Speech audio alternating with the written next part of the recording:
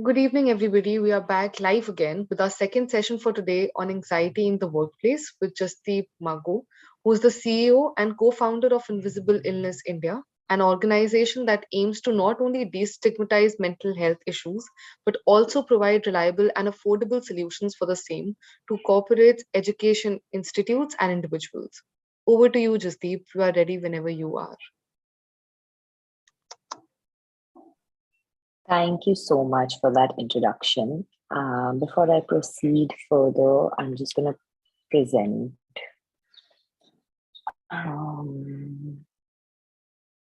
Just going to share my screen.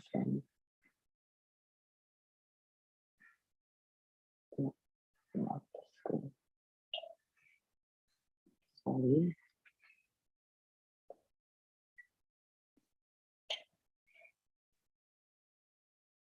All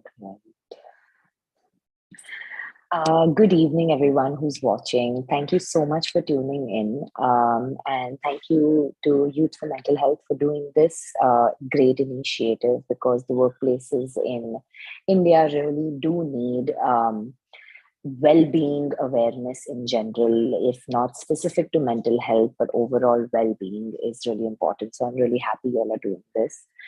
Before any further ado, I'm just going to dive right into the topic that we have today, which is anxiety at the workplace. We're going to be covering a couple of things. Since she's already given my introduction, I'm just going to move ahead. So today we're going to be covering what is anxiety, what does anxiety look like in a workplace, what are the types of anxieties that may affect you in your workplace, how does your workplace impact your level of anxiety, like what part of your workplace causes that anxiety, and of course how can we overcome this anxiety, how can we cope with it and manage it. So without wasting any time, I'm just gonna get right into it. So beginning with what is anxiety. First of all, I think everybody at some point in their life has faced anxiety or has experienced it, even if it is for a brief moment. Anxiety is basically is your body's response to any new or fearful situation that may be coming up. So usually we have anxiety for something that we either have not experienced, so we are anxious about experiencing it, or we've experienced it and had not the best experience in the past, and therefore we are having that anxious response to that upcoming event. So, like I said, anxiety is a natural response of our body. You know, it's like the alarm system in our body when we need to become alert about something. It's just the degree of anxiety that occurs that is what is either problematic or not. But anxiety in itself is actually something that we need for survival. So it's not something we want to fully eliminate from our lives. It's something we want to reduce and keep in control. So when you feel anxiety, what do you feel? I'm sure you all have experienced this at some point. There's sweating, palpitations, you're breathing really heavily, and you're breathing really fast. You feel like there's something on your chest, you feel heavy, you feel tight. You feel sometimes you can even feel nauseous, you can feel like you're blacking out. There's blurred vision at times. There's no ability to focus and concentrate on anything particular because there are so many thoughts running in the head. That's another feature of anxiety, is the ruminating thoughts in your head. It can also cause digestive problems like irritable bowel syndrome. It can make you feel extremely tired and exhausted. So these are usually, the signs and symptoms that you see in regular everyday anxiety that may occur to people. There's also shaking, trembling, restlessness, feeling like you need to pace, moving your leg, all of those symptoms. Moving ahead, is what does anxiety look like in the workplace? So there is no particular type of anxiety that's called work anxiety per se, but some of the symptoms that are displayed in workplace anxiety may be like slightly specific to that scenario. So just to point out a few is, you may feel, like I mentioned, tired and fatigued. You may feel jittery at all times, like always on the edge, like you feel like someone will ask you something and you'll just explode, or there'll be another task that's given to you and you'll just collapse, like feeling that jittery feeling all the time. Overreacting to situations at work. Have you ever noticed that if you're just doing something and someone calls you from behind and you have like a jolted reaction, that jolted reaction is sometimes a symptom that people are undergoing anxiety. When someone calls out to you, instead of you feeling just like, oh, someone's calling out to me, you feel like someone's calling out to me. So that jolted reaction is like an overreaction in certain scenarios. So that can be a symptom of anxiety, especially at the workplace. Excessive or irrational worrying, constantly worrying about scenarios and things that may happen, may not happen, can happen, etc., and spiraling into that. Focusing too much on the negative aspects of your job, struggling to concentrate and complete your tasks. So these are the commonly seen um, symptoms of workplace anxiety that may occur. But there is no, like I mentioned, there is no particular anxiety disorder that's called workplace anxiety disorder. So we'll get to what types of anxiety you actually uh, feel or may experience in your workplace. And I'm going to describe them a little bit for your understanding. That's the next part, types of anxiety at the workplace. So there are three usual types of anxiety that we can see at the workplace. The first is generalized anxiety. So generalized anxiety is anxiety that can have a certain kind, can have many triggers, can be felt on an everyday basis, can be slightly even high functional, like people who have workplace anxiety, like who have anxiety at the workplace may even find themselves being very high functional in that. Like they need to go out and smoke a couple of cigarettes, or they're shaking their leg all day, or they're skipping meals, but at the same time they're still able to function, complete their tasks, etc. But you'll also find that these same people may burn out more quickly than an average individual who is not dealing with high functional anxiety. Although generalized anxiety doesn't have to be high functional, it can also be very debilitating. It can be very intense. It can make you feel all the symptoms that we spoke about earlier, and it can have its varying degrees at varying points of time. So, with generalized anxiety, people who suffer from generalized anxiety may also notice that at some points in the day, their anxiety is higher. So, like sometimes people will say that I wake up with anxiety. That's the point that my anxiety is the highest. Some people might say that while when it's time, when it's like sunset time, that's when my anxiety is the highest, or when it's like time to get to work, things like that. So it's important to even study our own anxiety in that sense, to understand that at what points in the day is it higher than the other at other points comparatively. The next is social anxiety. Just like the name says, it is an anxiety about being in front of people, talking to people, being in large crowds, etc. It's the extreme fear of being judged for what you're saying, what you're wearing, what you're doing, what will people think, what will people say. It's just that having those constant ruminating thoughts about, oh, everybody's looking at me, I don't know what they'll say about me, what if they judge me for what I said, what if they judge me for what I'm wearing. It's just all of these thoughts that are amplified, that may be illogical also, but at the same time there is there is no way for us to convince ourselves that, okay, this is illogical, so let's not think about it. So that's another form of anxiety that may be present at the workplace, that may stop you from being like, may stop you from presenting, sharing your opinion in meetings, sharing your ideas, because you feel you're afraid that you're going to be judged, you're going to be, um, you're going to be made fun of, you're going to be talked about, You're going to be just commented on in general. So you'll refrain from sharing your opinion in meetings, sharing ideas, sharing anything, or even like when it's your chance to share a presentation, it may cause difficulty doing that because performing in front of a number of people, what will they think? How will they look at me? All of these thoughts may spiral. So that is a form of social anxiety. The third is panic attacks. Panic attacks are now acute, like sudden onset of a burst of anxiety emotions, like all the emotions together that make you feel so overwhelmed that your heart is racing really fast. You may have a blackout. You may faint also. You may just have that feeling in your heart like it's sinking. Sometimes panic attacks even like more sometimes people reach emergency rooms saying that, oh, I think I'm having a heart attack, but what they're having is a panic attack. So that's how intense it can feel. It can be that amplified, that intensive.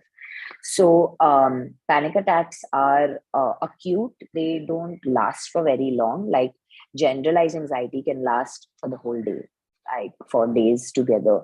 Panic attacks will come and go. They come in bursts, and you feel really exhausted and tired after you've had a panic attack, and then they can sort of blow over, and they can reoccur, but that's the usual pattern of them. So these are the most commonly occurring sort of anxiety issues at the workplace. Now we are coming to how does the workplace impact our anxiety levels. That is, what kinds of problems at the workplace can cause our anxiety to rise in certain scenarios. And we're going to talk a little bit about this. So, to begin with, I think one of the most leading causes is if you are being bullied at work, or if you are being harassed at work for any kind of reason, that may be a huge cause of feeling anxious at work, or feeling like just feeling a sense of dread and doom when you're getting to work, or when you're at a workplace. So what kind of harassment or what kind of bullying am I talking about? So there's verbal bullying, which can be people are taunting you, commenting on you, making jokes on you all the time, threatening you at times also. The second can be physical bullying or physical harassment, which is, someone touches is like pushing you or nudging you or touching you inappropriately in a violent way. Then there's sexual harassment, which is obviously making lewd comments, asking for favors, sending inappropriate videos and pictures, touching you inappropriately. All of these come under sexual harassment.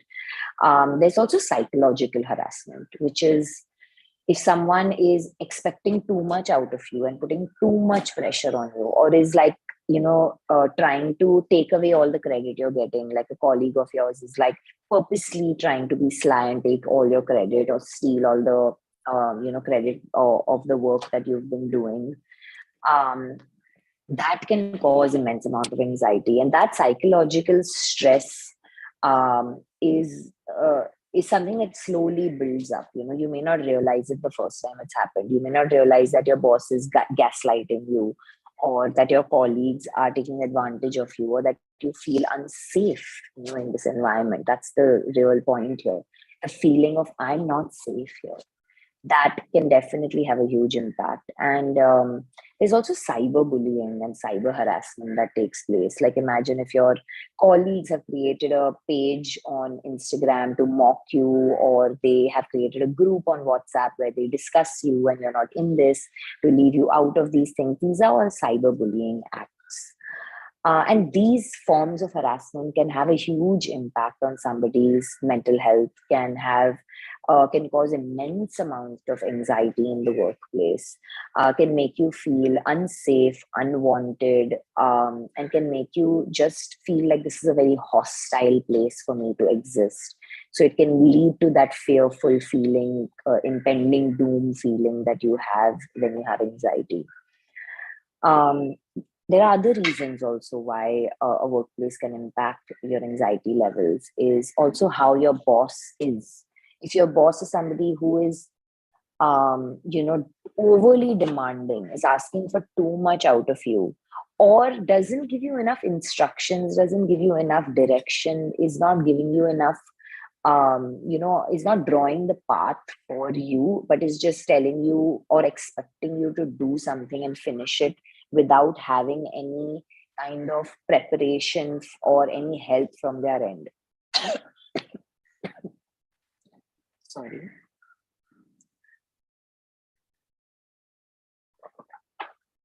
Um, so that lack of direction or that demanding nature of the boss can make you feel like you're under immense stress and pressure, which is definitely something that leads to anxiety.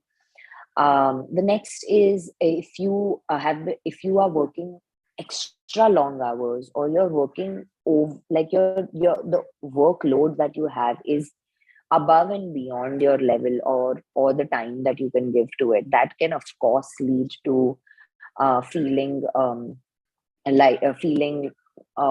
just like, how will I finish this, I will never finish this, I'm going to fail, and those anxiety related thoughts. And then the feeling of, when you don't have autonomy or control in an organization, when you don't have the sense of choice of the work you want to do, you can do, or you don't have any control over what you're doing, it's just being dictated by somebody, that can leave us feeling very lost, very stuck, and very restricted. And feeling stuck and restricted can actually be one of the leading causes of anxiety. It can be that it's a slow build up. It may not be like a first time explosion, but it's a slow build up. You may be okay with it initially, but that build up goes on and on and on and on. The less control you feel you have, the higher level of anxiety you may have. That's just usually how anxiety works. Also, then feeling like your workplace environment is biased or unfair, or is, there's discrimination taking place, that against women or other racial groups, or against people who are differently abled, or people who come from different backgrounds.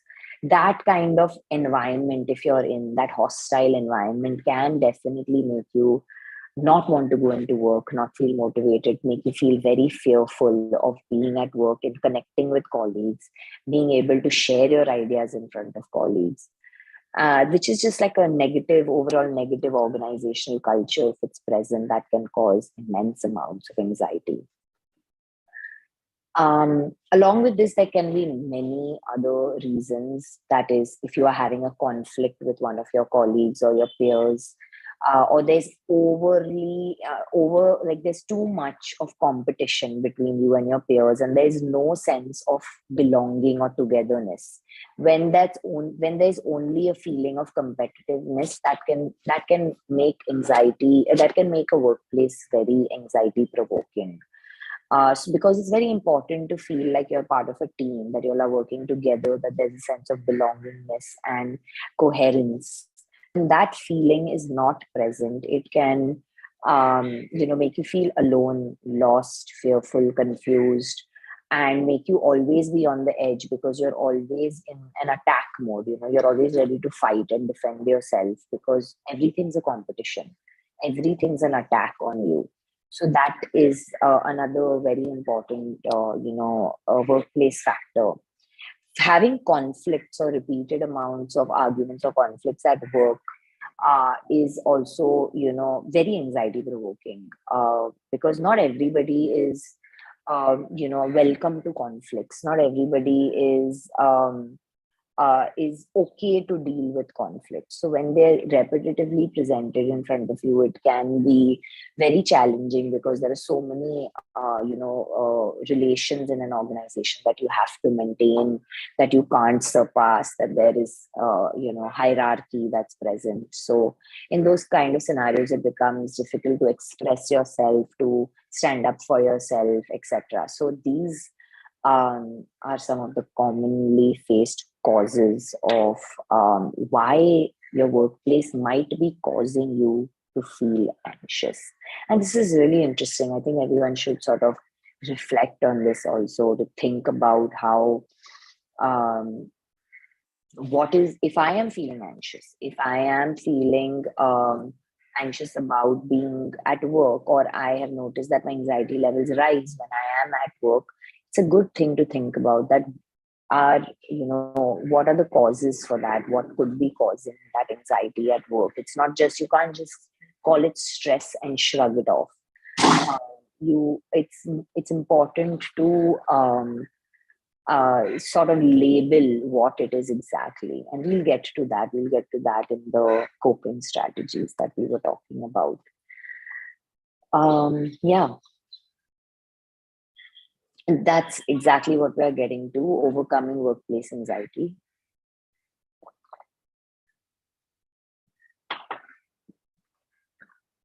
There are a couple of ways to overcome workplace anxiety. So to begin with is recognize the trigger, just what we were talking about a minute ago.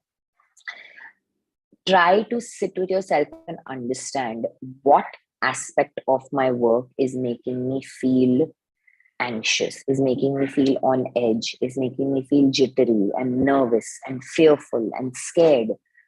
If those are the feelings that you're having, it's very important to pinpoint that trigger and label it and recognize that this is my trigger.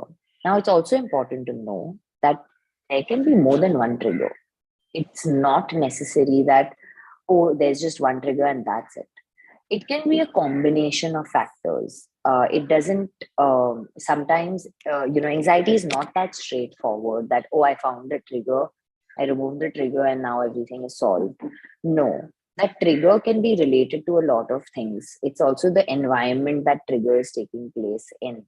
So, one is that, okay, my boss is my trigger. When he says anything to me, I feel really afraid that I'm going to be fired. That's my trigger. And then my thoughts start spiraling. I have anxiety thoughts like, I'm going to fail, I'm going to be fired, I'm going to lose my job, I'm never going to be good enough, blah, blah, blah. All that anxiety thoughts are there. That's one trigger. Say your boss has not come to work for 5 days, but you've still gone in and you're still feeling anxious. So what is it? It's that now that trigger has spilled over into the environment that you used to feel anxious in. So it's like learned behavior. Um, I've learned that, in the sense, it's when I say a learned behavior, it's that one stimuli has influenced the other stimuli, and now that other stimuli is also making you feel anxious. So that is a possibility. But once you have recognized and identified your triggers, firstly, that is a great step for self awareness. It is very vital and important towards anything we want to do ahead. If I don't know the problem, if I don't recognize the problem, how am I going to solve the problem? So it's very important to pinpoint, know, and label what the issue is, and then move ahead from there. This always has to be step one. So I mean, once you have recognized and labeled it, etc., it's uh, the alternative is either you reduce it, reduce the impact of it, the level that it's present in your life, or you eliminate it. So some triggers are can be reduced and some triggers can be eliminated, but not all our triggers can be reduced or eliminated. For example, if your trigger is uh, the long car ride to work, yes, you can change your you can change your job to get a job that's closer to home so you don't feel anxious in that car ride. But uh, I mean, that's going to take some time, and there's no guarantee that you're not going to have to do that car ride. Or right now in this particular environment, your colleagues are unsupportive. They are very competitive. Yes, I can reduce how much I speak to them and interact with them, but at the end of the day, there's still a certain amount that I have to deal with them. I have to interact with them. I have to work with them in teams. So you can't eliminate or reduce triggers all the time, and sometimes it's just not possible to do it. Like, how do you avoid your boss? Like, if your boss is your trigger, how do you avoid that person? So that's what brings me to the next sort of coping strategy is prepare and repair. Now, there's a very systematic way of doing this is you write down all the circumstances and situations that make you feel anxious on one side of the page. Then you make a column of prepare, and then you make a column of repair. And then you start to figure out that if this happens, the whatever is making me anxious, if it happens, how can I prepare for that in advance? How can I already know how I will keep myself ready to respond to something like this?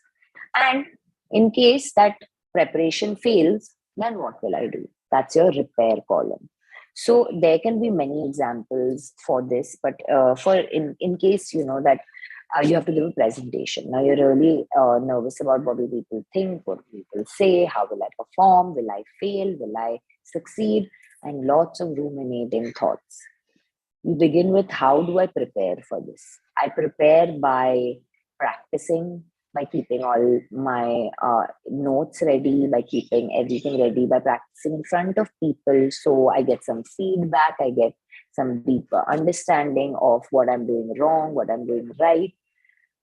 So that's your preparation. Half your anxiety is solved in that preparation only because you feel like you've taken a conscious effort to work towards what your brain is telling you. So anxiety doesn't come unnecessarily, it comes for a reason.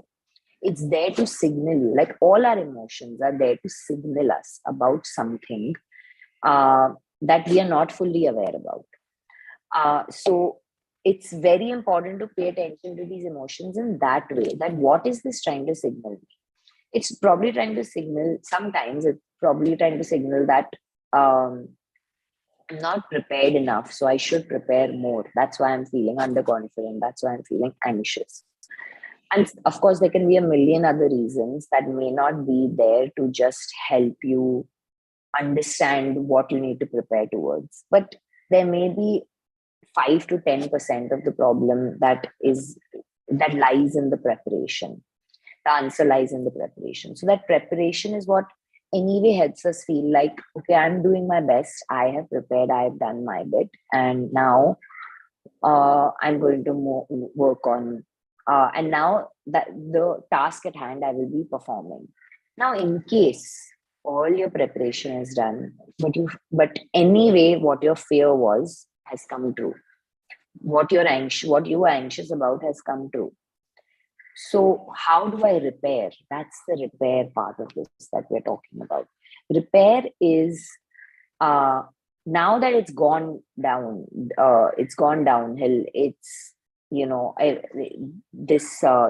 was worried that I will not be able to give the presentation properly. I prepared for it. I practiced in front of my friends and family. I got feedback. I did everything, but what if I still failed at it? How will I repair that time? That's your contingency plan, plan B. That if I blank out, what will I do? So I keep my notes ready that if I blank out, I'll do this. And I keep someone on standby ready saying that if I start to fail, you jump in at this point and take over. You know the project, you know everything. So you take over because if I'm not able to deliver it. So that's your prepare and repair. And this process of just thinking about prepare and repair is enough to help our anxiety come down and come into control. That's why we do this activity. Next is circle of concern versus circle of control. Why this circle of concern and control is basically think of it as we have many problems in our life, right? We have several types of problems. We have several thoughts, several anxious thoughts, several anxieties in our head. Now, the idea of this is that's your massive circle of concern. I have tens and thousands of concerns. How will I do this? What will I do over that? What will my boss say? What will my colleagues do? What if he does better than me? What if he fails? What if I fail? Blah, blah, blah, blah, blah. Hundreds and hundreds of concerns. But it's important for us to draw a smaller circle within this large circle and just pick and choose the things that we actually have control over. I may be concerned about what my boss say, but do I have control over what my boss says? No. So why bother thinking about it? Why put into why put so much energy into thinking about what he or she is going to say when I have no control over it in any way. But what I do have control over is how I perform. It's the effort I put in, the product or the work that I submit is all in my control. So why don't I focus all my energy on what is in my control versus what is not in my control?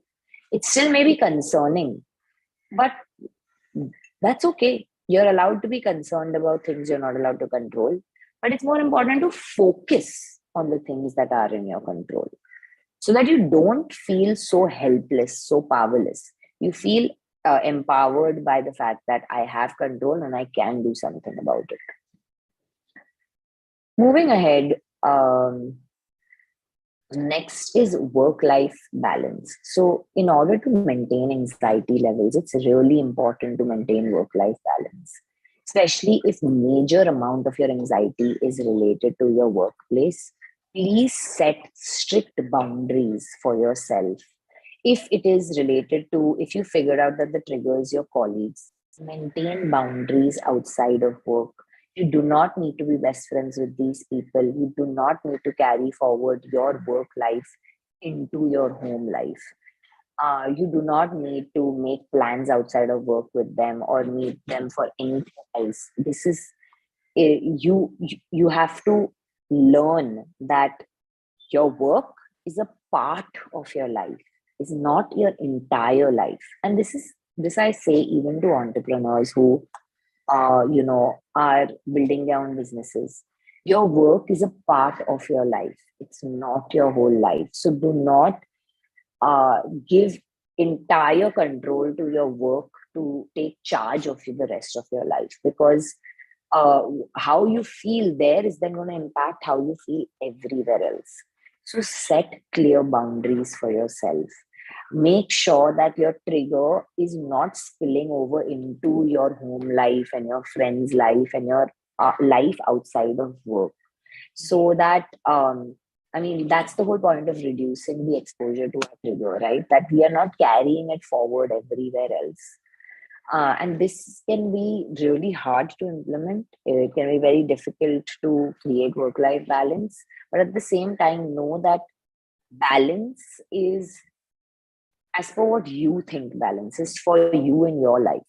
So, a lot of people tell me that um, I'm happy to give 10 hours of my day to work. I'm happy to sit in office for that much time and then go home and then lead whatever life I want to lead. uh, if according to you that is balance in your life, then you get to decide that. So know that there is no right or wrong way of creating balance in your life. Balance is subjective to each person also, because I may be enriched by my work, and therefore putting in 10 hours may not burden me and cause a ripple effect in my life outside of work. And therefore, I feel that it's balance for me. Also, balance changes from time to time. As your priorities change, your perspective on what work life balance is will also change. So it's important to be flexible with that also. And at some given points, right now, a big project is going on. This needs more of my attention. Therefore, my home life is going to take a back seat. And sometimes vice versa. I'm moving houses, I'm having a child, so now this needs attention. So this is going to take a back seat, and that is okay. There is no right answer, like I said. So it's important to make time for yourself. If you're facing anxiety, make time for you, for things you like doing, for things you enjoy doing. Because if you don't, then slowly that anxiety starts to take the joy out of everything. like we spoke about in generalized anxiety, that it can start to take the joy out of the smaller things that you enjoy. So it's important to make that time for yourself. And yeah, the next is, if your anxiety levels are high and you feel like you're in a high pressure scenario, do know that you can, depending on the organization you're in, depending on the culture your organization has, you can decide who you'd like to speak to. You can either speak to your direct supervisor, you can speak to the head, complete head, or you can speak to an HR manager, or you can speak to your colleagues to get some advice on who should you speak to. um, and this process of speaking to somebody, yes, I understand, may not be easy. It may be complicated because you may be worried, what will they think, and what if I lose my job? But try and have this conversation um, neutrally, in the sense of try and be neutral about what you're facing. So instead of constantly talking about, oh, I'm that there's too much pressure on me, there's too much pressure on me, try and focus on the fact that I am feeling really pressured by XYZ things, which is causing me to reduce my focus, and concentration is not going to take, is not work, is not at its peak, and I'm not able to put out that kind of productivity because of XYZ reason. And list that reason, also telling them how it's impacting your work, not just how it's impacting you and your personality and your life and your things at home, etc. So focus on how that output is also being impacted. And always know that it's important for you to share this, because managing expectations is one of the biggest jobs of an employer or a manager. They need to manage the expectations that they have of them from their employees. And in order for them to do that, the employees need to also share that this is an invalid expectation. You cannot expect me to finish this much work in this much time. It's not possible for me. I can do it if you provide me some help. A good thing to also do when you go to speak to your managers and employers is go with a solution. Say that I know that this will help, but I need your help to implement it. That's always a good. I need another team member, I need an assistant, I need to change my department because of the people I'm working with, I need to change my office location because it's too like it's causing me anxiety to reach here on time, etc. I need flexible hours. So when you go with that solution, they know that you're not just creating um you're not just talking about like, oh, I'm feeling pressured, feeling pressured, feeling pressured. You're also going there with a resolution to be like, I do want to continue this, but for now, this is not working out, and this is the solution I have. If you have other solutions, that would be great. When it comes to harassment and bullying, it's important to know the laws that will protect you, and to also important to know the policies your organization holds. So do some research on that. If in case somebody is harassing you at work or is bullying you, and that's what you're going to talk about to a senior manager or an HR professional, please do some research and then go, just to protect yourself, safeguard yourself. Another thing that you can take into consideration before you go to speak to somebody is keep a record of the emails, notes, all of like the who, what, when, how, where of the bullying that has taken place. So you have some sort of backing to give. You can also have records of the emails where these kind of messages were shared, etc., so that it can help your case when you're talking to either an HR professional or a senior manager, etc.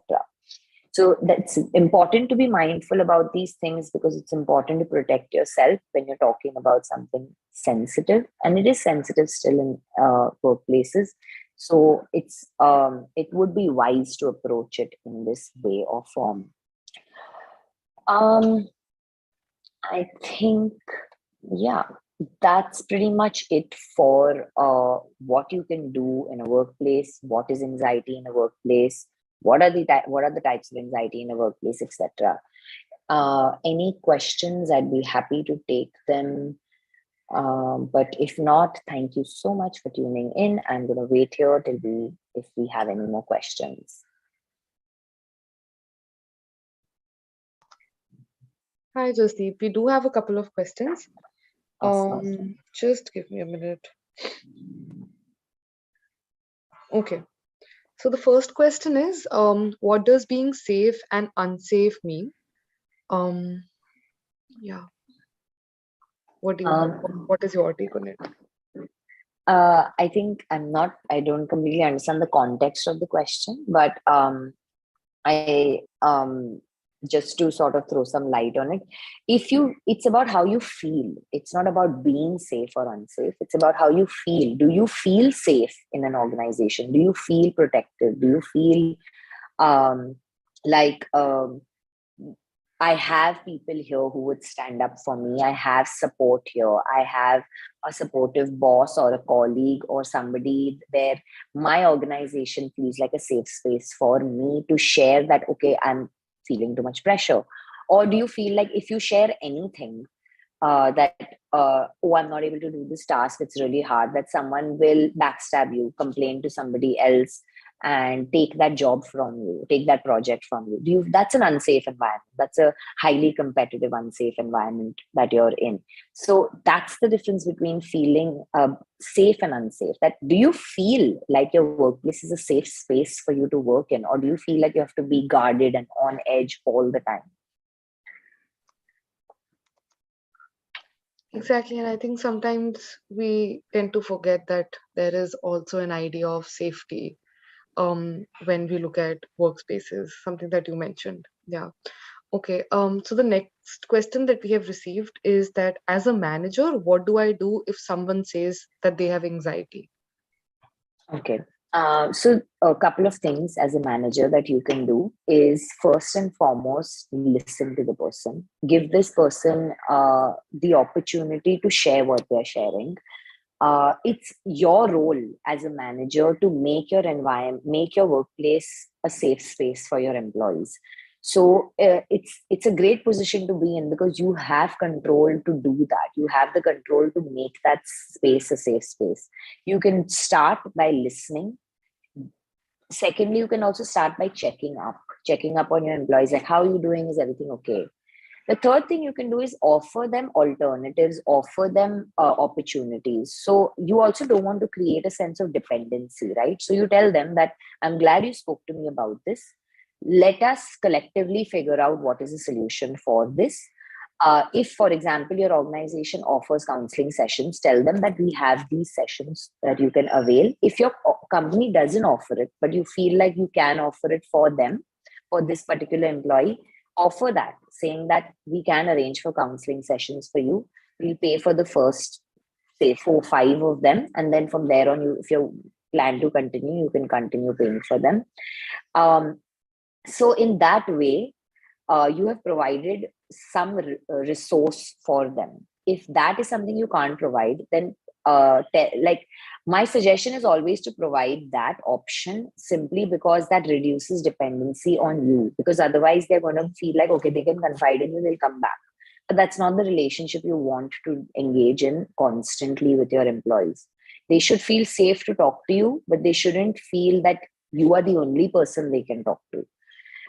So that's definitely a solution to offer. The second solution, if depends on your organizational culture, that is not culture, your organizational policies that are there and availabilities that are there. Lots of organizations have tie-ups with helplines, so you can suggest that, why don't you speak to this helpline? I will connect you. I'll ensure like that no one knows if that's your worry, or that you can ensure, like, different kinds of solutions that your organization already has. Offer them, remind your employee that these solutions exist. And the next thing you can do is the solution that the employee has come with, saying that, please reduce my work pressure, or give me a team member, or give me an assistant. Try to figure out if that is possible for you to offer to this person. I mean, in most cases, managers do have some amount of liberty to offer these kind of solutions. In some cases, they don't. If your hands are tied, be honest. Be honest. Do not lead them on into believing that you're going to offer something and then not get it. Be honest with them, tell them, try to give them some amount of flexibility in the work that they're doing, at the least, if you can't give them a team member, an assistant or something like that. But yeah, most importantly, just listen to them, most importantly, because most employees just want to know that they are cared for, even if it's 5%, but they just want to know they're cared for. That builds loyalty exponentially in employees. So just do that. That is a great role to play as well.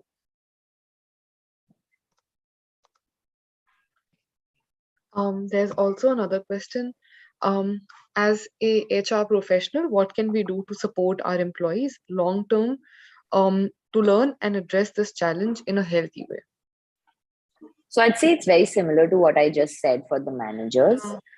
But the other thing that HR has, I think, another sort of upper hand to do is you have the opportunity to inform your employees about the policies of your organization, which only HR tends to know usually, which most people don't know about. So inform them that these are the policies that are there. This is how we can protect you. Depends on what they're coming to you for. If they're coming for anxiety, tell them, like if your organization has a policy of if there's healthcare needed of any kind, we will cover it.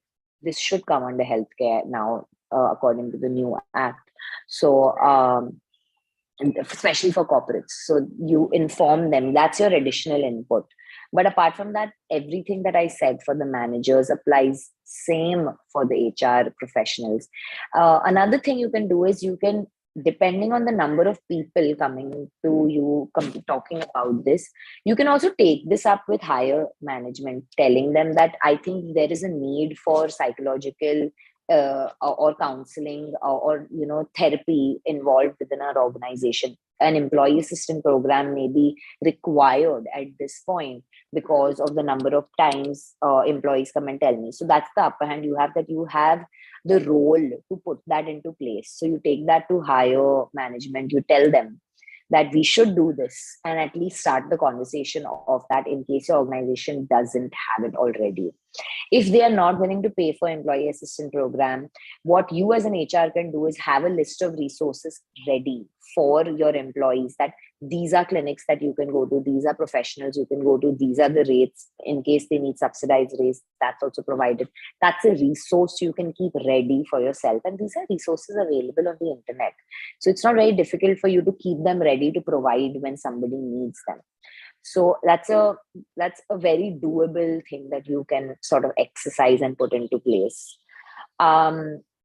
And yeah, and if they don't want to do an employee assistance program, maybe just having a one-time workshop also on anxiety, how to cope with it, bringing a guest speaker to just do that, because HR does training programs, etc., which happen periodically. This can be one of the sensitivity programs that are present. So that's something else that you can look into doing. You're under, like, HR professionals are at a better position to put into place these things. I think after listening to you, I only realized that everybody at a workplace are equally sort of responsible to create that workplace also a safe place as well. So yeah, I think there are a couple of questions. Can we take that as well? I'm happy to, if you all have time. Okay. Yeah, we do have a little bit of time. Okay. Can long-term methods be used to overcome the theme of anxiety in workplaces? Long-term methods, I'm not sure what that means. Sorry, if I could get some more information, that would be great. I don't know what long-term methods means. No worries at all. In order to change the anxiety slash stressful workplace culture, what measures can be taken in general? So it depends on what the trigger is. If your organizational culture is toxic or is hostile in a way, but you have no power to change that, in the sense you are a lower level employee, there are loads of people above you, the hierarchy is never ending. If you feel like that's a situation, know that your role, you'll have to create a bubble for yourself. That bubble is you find two people who you can trust, who you can talk to, who you find comfort in, and you stick to that. That is your bubble. If you're unable to do even that, if your organizational culture is that hostile, then it's important to consider changing your job. Because if you are feeling constantly anxious, being at work because of how people are treating you or talking to you or how the environment is, it's better to be somewhere else. Another thing is that you can look at yourself, also introspect, that is this anxiety stemming from me or is this stemming from my environment? So a lot of times our insecurities create anxieties, create like everyone's looking at me, everyone's watching me, is my insecurity about who I am. Can I work on that? Or is my environment actually making this worse? Instead of trying to calm down my insecurities, it's making my insecurities worse. Then you can change the environment, like in the sense you change where you are. Rather than changing yourself. But there are times that we do need to also work on ourselves. We also need to introspect and understand, am I projecting something deep rooted that is in me onto someone else and constantly finding faults and blames and feeling attacked and feeling abandoned by my people around me? Then that's something you need to work from within. If there are other stressors, like if there is someone in your team who is creating a lot of problems for you, you can request to change your team, you can confront this person, sit them down. There are lots of things that you can do. Whatever position you're in, there is always something you can do, even if that means going up to this person and saying, I think we need to talk about something. There seems to be an undercurrent about something hostile. I'd love to discuss it with you, and be open about it. That's something you can do if you're having a conflict with a team member. If you feel like your manager is very hostile, can you confide in somebody else to talk about this? Find a resource, find an outlet to talk about it. Also find a sense of togetherness, that, if there's me and a couple of colleagues who feel this, at least I don't feel alone.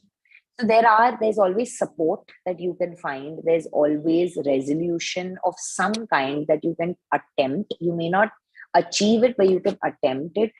And yeah, there's always some change or shift that you can make within your environment or your behavior that can have an impact on everybody around you. There's always, every action has an equal and opposite reaction. Your behavior, your words, your thoughts, your feelings are going to impact the people around you. So the more you pay attention to that, the more you focus on that, the larger your impact is going to be.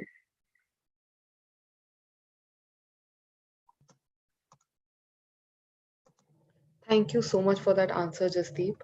Um, I think we are done with the questions. Is there anything else that you'd want to add? No, this has been great. Thank you for having me. That's all I like to add. And Okay. thank you for doing this. Likewise, thank you so much, Jasdeep, for this insightful session on anxiety and workplace. We have learned a lot today about feelings of anxiety and their manifestation in the workplace. And with that, we come to an end of day one of the Workplace Wellness Conclave 2022.